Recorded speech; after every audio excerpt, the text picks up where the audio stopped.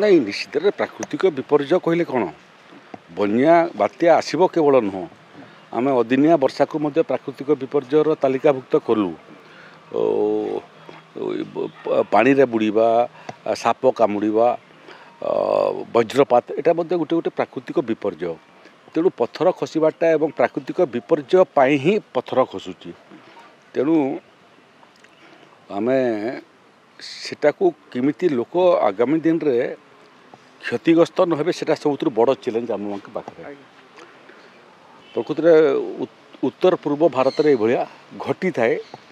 किंतु एबे सबुठ बड़ भर्नरेबल जिला है गजपति जेहेतु से बहुत पहाड़ पर्वत अच्छी काली आम राजस्व और विपर्य परिचालन विभाग में कथबार्ता लगिचु जोटा आम आपको अतीत पान ओडिशा चिंता करूँ एबे धीरे धीरे आमर अनुभव है अध्ययन है जे विभिन्न जिलार प्राकृतिक विपर्यर प्रतिफलन मध्य भिन्न भिन्न बहुत आनुषांगिक समस्या मध्य भिन्न भिन्न जिले में भिन्न भिन्न प्रकार होची जमी गजपति जिला एवं पहाड़ रु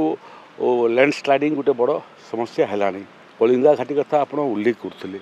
तेणु ये सब को माइक्रो प्लानिंग करने जिला स्तर में तार योजना आपको प्रस्तुत करूँ जार फल सामूहिक जोटा ओडिशार समस्या सेटा मध्य समाहित हेब एवं निर्दिष्ट कौन समस्या जिले में थी